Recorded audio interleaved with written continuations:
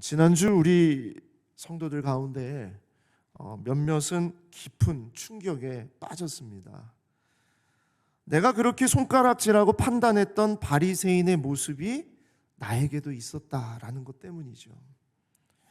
가장 제자다운 지식을 갖췄으나 주님의 마음을 전혀 몰랐던 그들처럼 나에게도 그런 모습이 보였다는 거예요. 그래서 그런 마음으로 고백을 했습니다. 나도 주님 곁에 있지만 무리보다 더 멀리 있는 것 같고, 기적은 보고 싶어서 따라다녔지만 주님이 내 삶을 깊이 간섭하는 것은 반가워하지 않는 그런 모습이 있었기 때문이죠. 그런데 그럼에도 불구하고 우리 주님은 오늘도 더 가까이 우리에게 다가와 주시는 줄 믿습니다. 그리고 하나님 나라의 신비를 깨닫게 하세요. 이것이 저는 은혜고, 이것이 오늘 말씀에 담겨져 있는, 우리가 읽은 말씀에 담겨져 있는 놀라운 사랑 이야기입니다.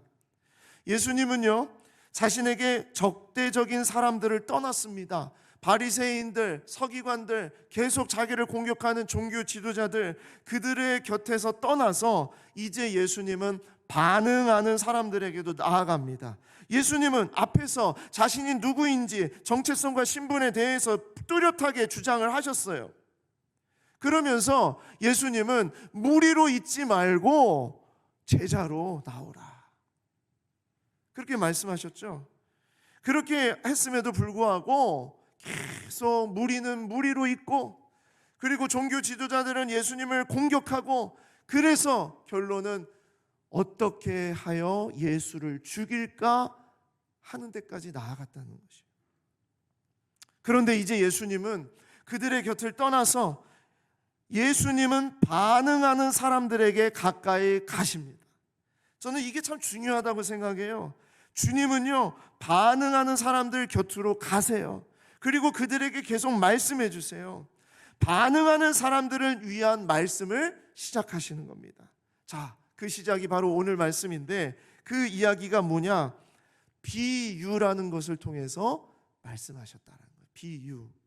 자, 이 비유라는 건요, 헬라어로 파라볼레라는 단어를 쓰는데, 어떤 사물의 모양이나 상태 등을 보다 효과적으로 표현하기 위해서 그것과 비슷한 다른 사물에 빗대어 표현하는 수사법입니다. 비유를 우리는 잘 압니다. 우리 문학에서도 비유라는 것을 우리가 많이 보게 되지 않습니까? 그렇죠? 그래서 우리는 잘 알게 되는데, 성경에서는요, 이 비유를 사용하실 때, 특별히 예수님께서 이 비유를 사용하실 때는 감춰진 비밀을 깨닫게 하거나 아니면 아예 그 비밀을 모르게 하는 그런 방법으로 이 비유를 사용하세요. 비유는 예수님이 하고자 하시는 분명한 메시지가 있어요. 그런데 듣지 않으려고 하는 사람들은 전혀 이게 무슨 소리인지 몰라요. 그게 비유입니다. 자, 우리가 읽은 마태복음 13장, 이 13장의 말씀은요, 예수님의, 마태복음에 담겨져 있는 예수님의 5가지 설교 중에 3번째 설교입니다. 근데 이 3번째 설교가 좀 특이한 게 뭐냐? 이 13장 안에 비유만 7개가 들어가 있어요. 7가지의 이야기의 비유가 들어있어요. 그러니까 3번째 예수님의 설교는, 강화는 바로 비유로 가득한 설교다, 비유다. 비유를 잘 알아야 되는 것이죠. 자, 그러면 예수님은 왜 비유로 말씀하시는가? 우리의 질문 첫 번째는 그것입니다. 예수님은 왜 비유로 말씀하시는가? 그건 주님이 분명히 말씀하셨어요. 첫 번째 이유는 들을 귀 있는 자가 듣게 하기 위함입니다. 들을 귀 있는 자가 듣게 한다. 9절에 들을 귀 있는 자는 들으라고 하셨어요. 자, 들을 귀 있는 자는 어떤 사람들일까요? 당시에 예수님의 말씀을 듣는 사람들이겠죠. 자, 이 사람들 누굴까요? 마태복음 13장 11절에서 13절. 자, 우리 같이 한번 읽어보겠습니다. 시작. 답답하여 이르시되 천국의 비밀을 아는 것이 너희에게는 허락되었으나 그들에게는 아니 되었나니 무릇 있는 자는 받아 넉넉하게 되되 없는 자는 그 있는 것도 빼앗기리라. 그러므로 내가 그들에게 비유로 말하는 것은 그들이 보아도 보지 못하며 들어도 듣지 못하며 깨닫지 못함이니라. 아멘. 분명하게 너희에게는 허락되었으나 그들에게는 아니 되었나니. 자, 비유로 말씀하신 이유, 귀 있는 자, 들을 귀 있는 자가 듣게 하기 위함입니다. 천국의 비밀을 아는 것이 허락된 자가 있고 허락되지 않은 자가 있다는 것을 얘기하고 있습니다. 그래서 예수님의 이 말씀을 듣게 될 때에 그 앞에 예수님은 반응하는 제자들, 말씀을 듣기 위한 제자들, 그 제자들에게 이 말씀을 하는 거예요. 너희에게는 허락되었으나 그들에게는 아니 되었기 때문에 나는 비유로 얘기하는 것이다. 얼마나 정말 분명합니까? 그렇죠? 사람들이요, 많은 소리를 듣게 됩니다. 우리도 많은 소리를 듣게 됩니다. 그러나 영적인 깨달음을 낳는 더 깊은 그런 소리가 있어요. 그것을 붙잡고 그것을 알고 그것이 생명이라는 것을 아는 사람들, 이 사람들에게는 이 말씀이 능력이 되는 거예요. 소망이 되는 거예요. 꿈이 되는 거예요.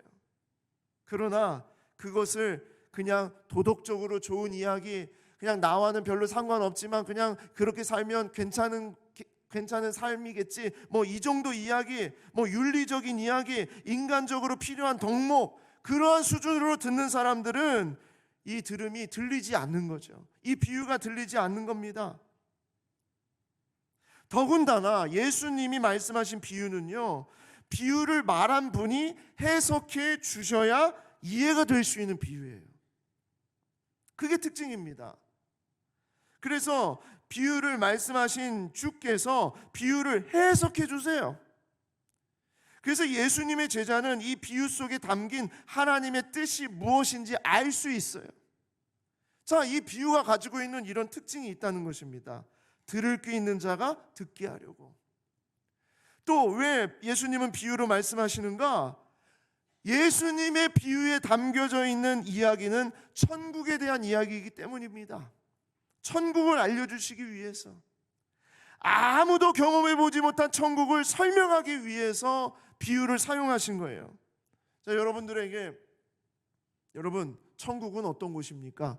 어떤 곳이라고 생각합니까? 라고 질문을 하면요, 많은 분들이 이렇게 대답을 하세요. 천국은 황금과 보석으로 가득한 나라입니다. 뭐 이렇게 얘기하시는 분들이 있어요. 그래서 아니, 그러면 질문합니다. 왜 천국 가보셨습니까? 정말 천국이 황금과 보석으로 가득합니까? 아니요, 천국은 안 가봤습니다. 그런데 어떻게 그렇게 말씀하실 수 있습니까? 성경에 보니 천국을 표현해내는데 수많은 보석들로 표현해냈다는 거예요. 그러니까 천국은 보석으로 가득한 곳이다라고 그렇게 말씀하시는 겁니다. 네, 그렇죠. 성경에 천국에 대한 이야기를 드러낼 때 천국은 보석과 같은 막 아름답고 찬란하고 아주 가치 있는 그런 것으로 표현해내지 않았습니까? 가장 그런 것을 잘 표현해낸 데가 어디냐면 요한계시록일 겁니다. 요한계시록은요, 사도 요한이 반모섬에서 하나님 나라를 사모하면서 바라본 그 환상을 본 것이죠. 그곳에서 다시 오실 예수 그리스도에 대한 소망과 천상의 예배를 담아놓은 정말 아름답고 신비로운 한편의 그림과 같은 환상을 보고 적어 내려간 것이 바로 요한계시록이에요. 근데 여기에 천국의 이미지를 잡아가는 그 내용 속에 그 이미지를 뭘로 표현해냈냐면 보석들로 표현을 해냈어요. 주님의 모습도 보석으로 표현해냈어요. 홍보석, 녹보석, 황금, 금, 수많은 보석들로 가득한 나라인 것처럼 그렇게 표현해냈다는 것입니다. 그러니까 이것을 보고 천국은 보석으로 가득한 나라라고 생각을 하게 되는 것이죠. 제가 그래서 어떤 이 천국에 대해서 이야기를 나누는 가운데에서 천국은 보석이 깔려 있고요, 금이 깔려 있고, 금으로 된 집이 있고, 정말 금으로 된 모든 것들이 다 있는 그런 곳 아니겠습니까? 하면서 너무너무 아주 막 환한 얼굴로 그렇게 말씀하시는 분에게 그런 질문을 던졌어요. 만약에 금으로 다 길이 깔려 있다면 그건 금일까요? 돌일까요? 이렇게 질문을 한 적이 있어요. 왜 보석으로 표현을 했을까? 왜 금으로 표현을 했을까? 그게 중요하다는 겁니다. 비유입니다. 왜 그러냐? 천국은 하나님 나라입니다. 이 세상의 것으로 천국을 표현해내는 데는 한계가 있어요. 다 표현해낼 수가 없습니다. 어렵습니다. 그러니까 이 세상에서 가장 아름답고 가장 가치 있는 것으로 주께서 우리에게 보여주신 것이죠. 그래서 보석으로, 황금으로 세상의 가장 아름다운 것으로 표현해낸 것입니다. 금으로 된 집에서 천국은 금으로 된 나라다, 이것을 말씀하려는 것이 아니고요. 천국은 이 세상의 어떤 것으로도 비교할 수 없는 정말 아름답고 특별하고 행복한 삶, 주님과 함께하는 그 삶이 이 세상에서 보석을 얻는 것보다 훨씬 더 축복되고 특별한 삶, 가치 있는 삶, 그것을 깨닫게 하기 위해서라는 것이죠. 그래서 마태복음 13장에 나오는 비유는요, 천국을 잘 이해하도록 돕는 거예요. 하나님의 나라가 어떤 나라인가, 하나님께서 통치하시는 나라는 어떤가, 그것을 이야기하는 겁니다. 그래서 우리가 이 비유를 들을 때 빠져서는 안 되는 것 중에 하나가 뭐냐, 비유에 빠지는 거예요. 비유에. 그러니까 비유를 가지고 하나님의 나라를, 하나님 그 천국을 우리에게 알려주시려고, 깨닫게 하시려고 하는 것인데, 잘못하는 게 뭐냐, 비유에 빠져요. 그 비유에서 허우적거려요. 그 비유의 그런 것에 막 빠져서 왔다 갔다 하는 거죠. 적용도 그렇게 해버리는 겁니다. 우리가 주의해야 될 것이 그것입니다. 비유는 보지 못했던 것, 알지 못했던 것을 깨닫게 하시기 위해서 예수님이 가장 흔하고 가장 쉽고 가장 가깝게 느낄 수 있는 걸로 설명을 하신 거예요. 그래서 복잡하거나 다중적인 의미가 섞이면 안 됩니다. 비유에는 많은 의미를 담아내려고 해도 안 돼요. 거기서 막 단어 하나 가지고 막 쭉쭉쭉쭉 이어나가지고 막 다른 별 이상한 그런 적용점들을 막 찾아내고 그러면 안 됩니다. 왜냐하면 주님은 비유를 말씀하시면서 그 비유에서 분명히 말씀하시고자 하는 게 무엇인지를 분명하게 말씀하셨기 때문입니다. 자, 오늘 예수님께서 말씀하신 비유 중에 첫 번째 비유, 그것은 우리가 너무도 잘 아는 씨 뿌리는 비유예요. 자, 씨 뿌리는 비유는 무엇을 말씀하시는 것일까? 우리가 한번 보도록 하겠습니다. 이 씨 뿌리는 비유는 공관복음에 등장하는, 모든 복음서에 등장하는 아주 유명한 비유입니다. 그런 만큼 이 비유에 대해서 다양한 이름을 가지고 있어요. 씨 뿌리는 비유, 씨 뿌리는 자의 비유, 4가지 땅에 떨어진 씨 비유, 4가지 밭의 비유, 뭐 이런 이름들이 많습니다. 하지만 주님께서 이 비유를 통해 알게 하시고자 하는 것이 무엇인지는요, 마태복음 13장 11절에 이렇게 말씀하고 계세요. 같이 읽겠습니다. 시작. 이르시되 천국의 비밀을 아는 것이 너희에게는 허락되었으나 그들에게는 아니 되었나니. 이 비유는 뭐냐? 천국의 비밀을 알려주시는 것이다. 천국의 비밀이다. 천국의 비밀을 담아놓은 것이에요. 이 이야기는. 자, 천국이 어떠냐? 그 이야기입니다. 자, 이제 주님이 풀어주시는 것을 우리가 잘 봐야 됩니다. 한번 보겠습니다. 마태복음 13장 18절에서 23절입니다. 우리 한번 읽어보겠습니다. 시작. 그런즉 씨 뿌리는 비유를 들으라. 아무나 천국 말씀을 듣고 깨닫지 못할 때에는 악한 자가 와서 그 마음에 뿌려진 것을 빼앗나니, 이는 곧 길가에 뿌려진 자요 돌밭에 뿌려졌다는 것은 말씀을 듣고 즉시 기쁨으로 받되 그 속에 뿌리가 없어 잠시 견디다가 말씀으로 말미암아 환난이나 박해가 일어날 때에는 곧 넘어지는 자요 가시떨기에 뿌려졌다는 것은 말씀을 들으나 세상의 염려와 재물의 유혹에 말씀이 막혀 결실하지 못하는 자요, 좋은 땅에 뿌려졌다는 것은 말씀을 듣고 깨닫는 자니 결실하여 어떤 것은 100배, 어떤 것은 60배, 어떤 것은 30배가 되느니라 하시더라. 아멘. 자, 이 비유가 뭘 얘기하려고 하는 것이라고요? 천국의 비밀입니다. 천국이 뭔가 이걸 얘기해 주고 있는 거예요. 자, 그걸 우리가 잘 생각하고 봐야 됩니다. 그래서 이 비유 속에 담겨져 있는 이야기, 주님이 말씀하고자 하는 그 이야기를 이해하기 위해서는 우리가 예수님이 풀어주신 이 해석, 이게 중요합니다. 여기에 초점을 맞춰야 돼요. 자, 예수님이 풀어주신 이 해석에 특징이 있어요. 몇 가지가 있는데, 첫 번째 특징이 뭐냐? 씨와 뿌리는 자는 아무 문제가 없다는 거예요. 자, 이 비유에서 변함이 없는 게 있어요. 그게 뭐냐? 씨와 뿌리는 자는 아무 문제가 없다는 거예요. 씨를 뿌리는 자가 나와요. 이 씨를 뿌리는 자가 나오는데, 이 씨와 이 씨를 뿌리는 자 가지고 있는 씨와 뿌리는 자는 아무 문제가 없어요. 씨도 최상이고 뿌리는 자도 최선을 다해서 성실하게 뿌립니다. 이것은 절대 변하지 않습니다. 문제는 밭이지, 문제는 땅이지, 그렇죠?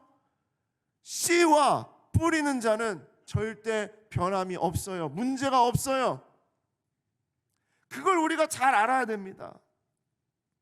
당시 팔레스타인에서 씨를 뿌릴 때는요, 우리와 전혀 다르게 씨를 뿌리는 거예요. 어떻게 뿌리냐? 뿌릴 때 그냥 밭이든 맨 땅이든 정글이든 무슨 가시덩굴이든 무슨 돌멩이가 많은 밭이든요, 그냥 씨를 뿌리는 자는 씨를 그냥 뿌립니다. 우리는 씨가 너무나 귀하니까요, 그렇죠? 그래서 우리는 씨 하나하나를 심잖아요, 그렇죠? 우리는 씨를 심어요. 그래서 만약에 우리가 이 씨가 길가에 떨어진다든지 아니면 무슨 돌짝밭에 떨어진다든지 그러면 우리는 뭘 그렇게 낭비를 하냐고, 씨를 왜 그렇게 낭비하냐고 우리가 그렇게 얘기할 겁니다. 그런데 당시에 이 말씀을 듣고 있었던 그 시대에 사람들의 씨 뿌리는 건요, 이렇게 뿌렸어요. 그냥 뿌렸어요. 막 뿌렸어요. 그런데 어떻게 뿌리냐? 성실하게 뿌리는 거예요. 어떤 마음으로 뿌리냐? 이 씨가 열매 맺는 것을 바라면서 뿌리는 겁니다. 계속 뿌리는 거예요. 그러면은 어떤 씨는 좋은 땅에 떨어지지만 어떤 씨는 좋지 않은 땅에 떨어질 수도 있어요. 좋지 않은 땅에 떨어질 씨는 열매를 맺을 수가 없겠죠. 낭비가 되는 것이라고 질문할 수 있습니다. 그래서 왜 씨를 그렇게 버리냐고 말할 수 있습니다. 하지만 팔레스타인에서는요, 씨를 뿌리게 되고 이 씨가 열매를 맺게 되면요, 기본적으로 10배 이상의 열매를 맺는다는 거예요.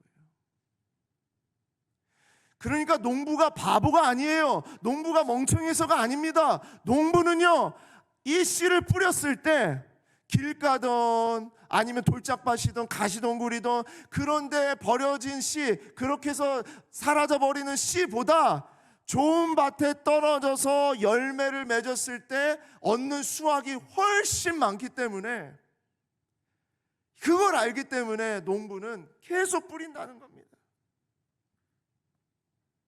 이 비유에서 우리가 분명히 알아야 될 점이 뭐냐? 씨가 뭐라고 그랬어요? 천국 말씀이에요. 하나님의 말씀이에요. 그리고 뿌리는 자가 누굴까요? 주님이시겠죠.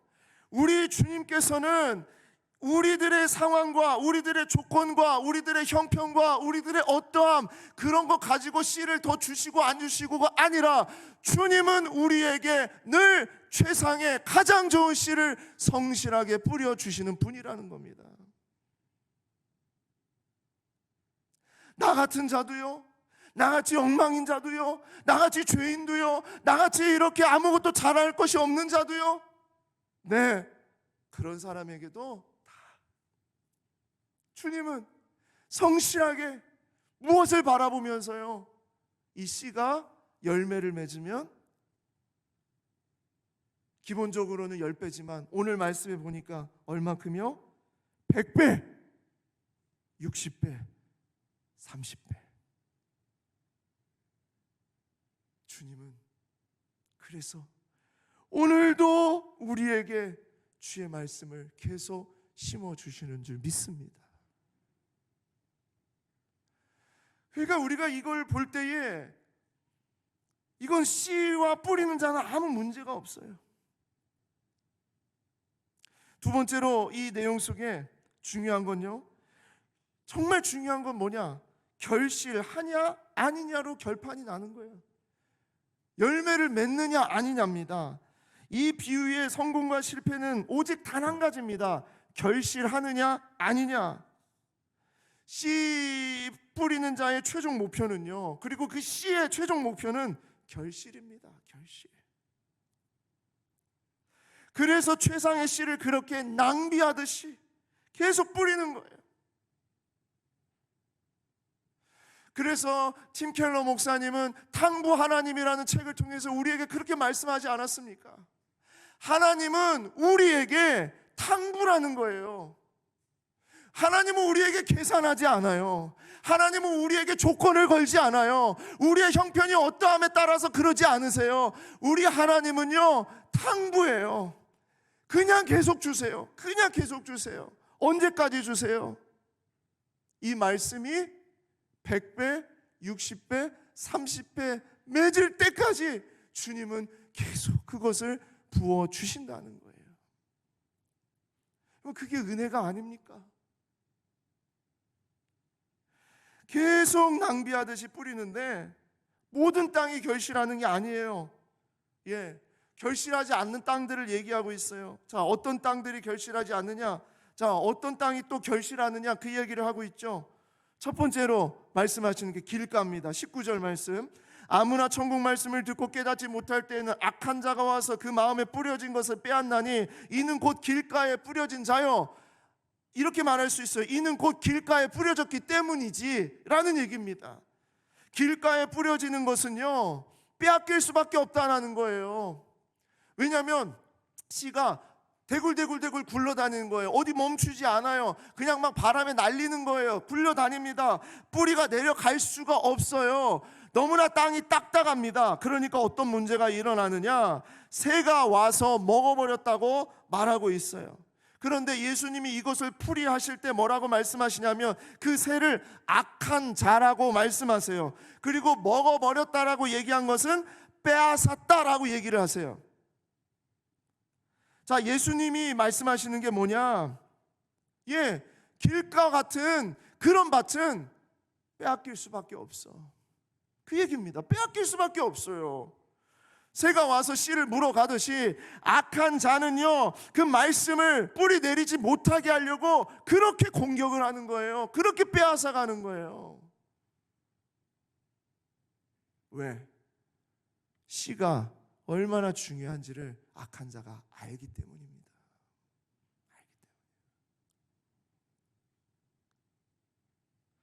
그래서 천국 말씀을 듣고 깨닫지 못할 때에는 악한 자가 와서 빼앗아간다.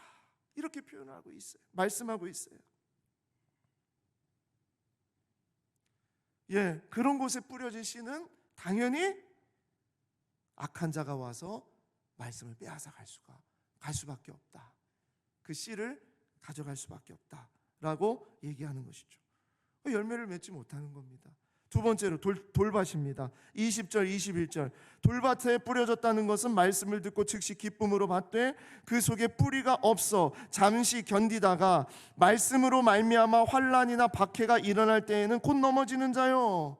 돌밭은 어떠냐? 돌밭은 처음에는 뿌리가 내려지는 것 같아요. 내릴 수 있어요. 흙이 얇게 있으니까 가능합니다. 그런데 여기에는요, 뜨거운 태양이 내리쬐고요, 정말 아주 막 힘든 바람이 불고 막 이렇게 하면서 어렵게 되니까 어떻게 돼요? 견디지 못하고 넘어지는 거예요. 말씀을 듣고 즉시 기쁨으로 받을 수는 있지만 환난이나 박해가 일어날 때 넘어진다는 거예요. 자, 그런데 오늘 말씀에 보니까 환난이나 박해가 어떻게 일어나는가를 설명할 때 이렇게 말씀하세요. 말씀으로 말미암아 환난이나 박해가 일어난다 그랬어요. 무슨 얘기냐? 말씀을 붙잡는 사람은요, 말씀을 가진 자는요, 환난이나 박해가 일어날 수밖에 없다는 얘기예요. 돌밭은 이런 것입니다. 말씀에 들려진 자에게 당연히 환난이나 박해가 일어나서 그것들이 그 말씀을 뺏어간다는 거예요. 그런 환난이나 박해가 뺏어가는 거예요. 그래서 열매를 맺을 수 없다. 세 번째, 가시떨기. 22절입니다. 가시떨기에 뿌려졌다는 것은 말씀을 들으나 세상의 염려와 재물의 유혹에 말씀이 막혀 결실하지 못하는 자요. 말씀을 들으나 세상의 염려와 재물의 유혹에 결실하지 못한다. 그렇죠? 앞에서는 환난이나 박해와 같이 외적인 공격 이런 것들이 있었다면 이번에는 내면적인 고통이 있다는 거예요. 내면적인 고민이 있는 겁니다. 염려가 있는 겁니다. 어떤 유혹에 빠지는 겁니다. 그러니까 이것은 오랜 시간 동안 치밀하게 시간이 많이 걸리면서 공격을 당하는 거예요. 가시밭은 그렇다는 거예요. 가시떨기는 그렇다는 거예요. 그럴 수밖에 없다는 거예요. 그래서 어떤 신학자는 무엇보다 가장 파괴적인 사탄의 전략은 바로 가시떨기다. 왜냐하면 말씀을 듣고 받아들이게 하고 자기 마음에 뿌리를 내리도록 하면서 추수의 소망을 갖게 하면서 결국에는 열매를 못 맺게 하는 전략이기 때문이다. 그렇게 말도 했습니다. 그런데 중요한 건 이거예요. 가시떨기는 그래서 열매를 못 맺는다는 거예요.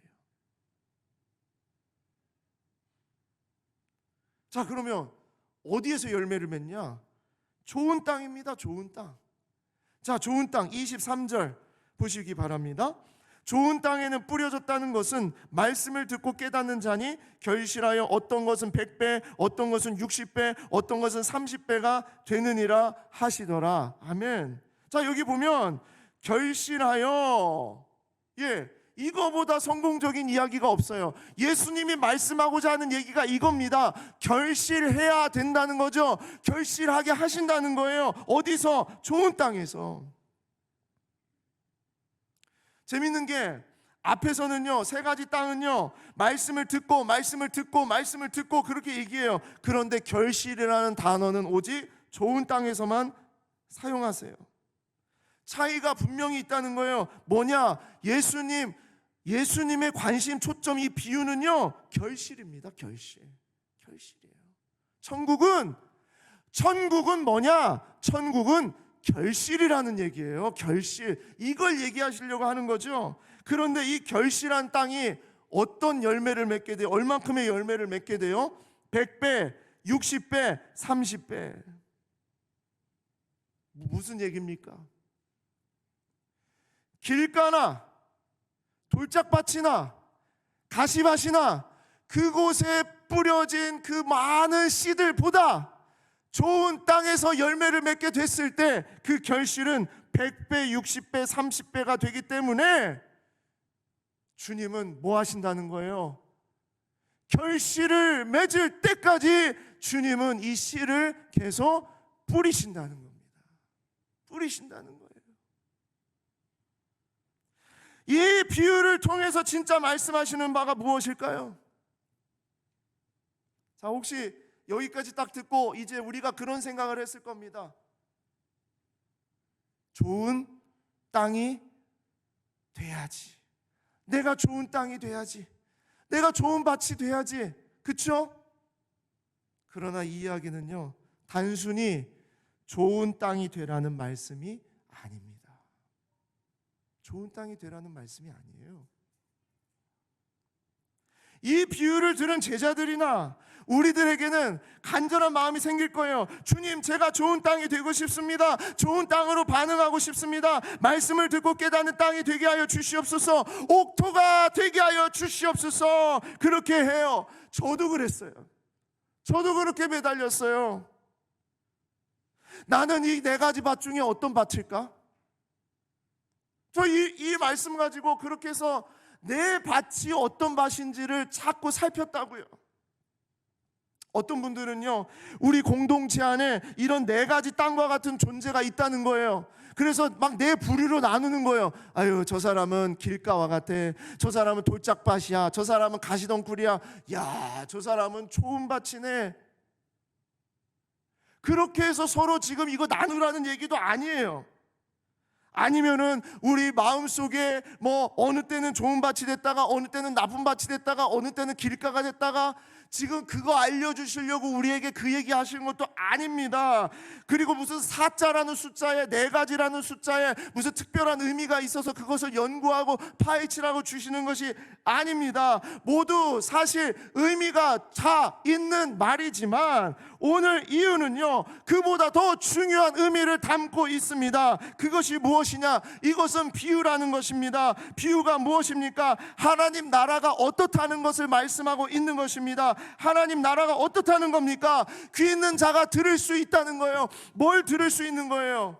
16절에 너희 눈은 봄으로 너희 귀는 들음으로 복이 있도다. 누가요? 앞에 있는 제자들이요. 무슨 이 사람들이 뭘 보고 무슨 이 사람들이 복이 있습니까? 다 길가와 같은 존재 아닙니까? 주님 말씀 자기들이 막 들으려고 온 것도 아니에요. 주님이 부르셨어요. 어중이 떠중이들, 엉망진창인 인생들, 아무것도 아닌 인생들, 정말 바리새인 서기관들이 바라볼 때에 진짜 형편없는 그런 사람들 데려다 놓고 주님이 말씀하세요. 너희 눈은 봄으로 너희 귀는 들음으로 복이 있도다. 뭐 얘기하시는 겁니까 지금? 네가 어떤 밭이냐? 네가 어떤 밭이냐? 네가 어떤 밭이냐? 그거 생각해가지고 좋은 밭이 되려고 막 노력해야 된다, 애써야 된다. 물론 그것도 그런 의미가 있어요. 누가복음에 가면 그런 의미가 담아져 있는 그런 말씀이 있습니다. 하지만 이 말씀은요, 길가, 돌밭, 가시떨기, 그런 정말 말씀이 내려지지 못하는 그런 곳에 아무리 뿌려진다 하더라도 주님의 말씀은 반드시 100배, 60배, 30배 맺을 수 있도록 주님께서는 계속 씨를 뿌리시겠다는 거예요. 이 비유를 듣는 제자들은요, 그런 대상이 아니거든요. 계속 말씀을 드립니다만 그들은 자랑할 것도 없어요. 제대로 공부한 것도 없어요. 그들은 뭐 사실 다 그냥 길가와 같은 존재예요. 그냥 우리가 바라볼 때에. 그러나 그들에게 복이 있는 이유가 뭐냐? 주님의 말씀을 들을 수 있도록 주님께서 그들에게 계속 말씀하시기 때문입니다. 우리가 초점을 자꾸 내가 어떤가, 나는 형편이 어떤가, 나는 지금 상태가 어떤가, 이것에 초점을 맞추려고 하는데 그것이 아니라 씨와 뿌리는 자에게 초점을 맞추라는 거예요. 씨와 뿌리는 자가 100배, 60배, 30배 맺을 수 있도록 주님께서는 계속 씨를 뿌릴 테니, 자, 지금 이 이야기를 듣고 있는 제자들, 너희 눈은 봄으로 너희 귀는 들음으로 복이 있도다. 너희를 통해서 내가 100배, 60배, 30배 천국의 놀라운 역사를 펼쳐 나갈 것이다. 그 이야기입니다. 씨 뿌리는 비유를 들으라. 이 말씀은 이 말씀을 받은 너희 안에 결코 빼앗기거나 무너지지 않는 하나님의 나라가 도래했다는 것을 말씀하시는 거예요. 이미 주어졌다는 겁니다. 하나님 나 같은 자가요? 하나님 내가요? 정말 하나님의 나라가 내 안에 그렇게 이루어졌다고요? 그거 알려주시는 거예요. 열매를 맺었기 때문에 알아듣는 거예요. 여러분, 오늘 이 자리에 여러분이 나왔을 때 여러분이 뭘 바라봅니까? 여러분, 우리가 바라보는 것은요, 우리가 내가 정말 길가인가, 내가 무슨 돌짝밭인가, 내가 가시밭인가, 그런 거 보라고, 그런 거 생각하라고 이 자리에 나온 게 아니라, 이미 여러분은 좋은 씨를 뿌리 내릴 수 있도록 주께서 부르신 좋은 밭인 줄 믿습니다.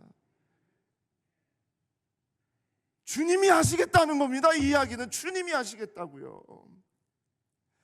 니네가 이렇게 하라는 얘기가 아니라, 내가 이 비유를 설명하는 내가 나를 통해서 천국이 이렇게 너희들의 삶에 이루어지도록 역사하겠다는 거예요.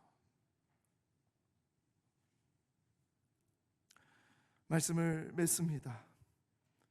씨는 천국 말씀이라고 그랬어요. 이 천국 말씀이 뿌려질 때 빼앗아 가고 공격하고 질식시켜서 결실하게 못하게 하는 세력이 분명히 있어요. 그 넘어뜨리려는 그런 존재들이 있어요. 불평과 불만과 실패와 우울함으로 말씀을 집어가 버리는 그런 악한 존재가 있어요. 그런 대상이 있어요. 왜냐하면 이 씨가 너무나 정말 최고의 가치를 가지고 있는 씨이기 때문에 우리한테서 자꾸 빼앗아 가려고 합니다. 하지만 주님의 나라는 결코 패하지 않습니다. 하나님의 나라가 당장은요, 지금은 제자들의 눈에는 작고 연약해 보일지 몰라요. 잘 안 보여요. 그리고 때로는 실패한 것처럼 보일 수도 있습니다. 주님이 십자가의 길을 걸어가실 때 모두가 다 도망쳤어요. 실패다. 이건 다 실패다.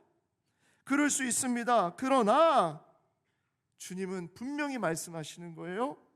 좋은 땅에 뿌려진 씨가 하나님의 나라가 100배, 60배, 30배의 결실을 맺을 것인데 누가 하겠다고요? 주께서 하신다라는 겁니다.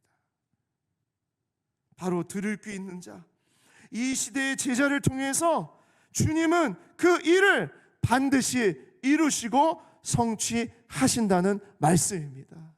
여러분, 이 이야기를 들을 때 가슴이 막 쿵쾅쿵쾅 거리기를 소망합니다. 내 땅의 상태를 바라보지 말고요, 내 형편, 내가 가진 조건, 그것으로 바라보지 말고 오직 씨의 주인이신, 씨를 뿌리시는 우리 주 예수 그리스도를 바라보게 하는 거예요. 바라보는 겁니다.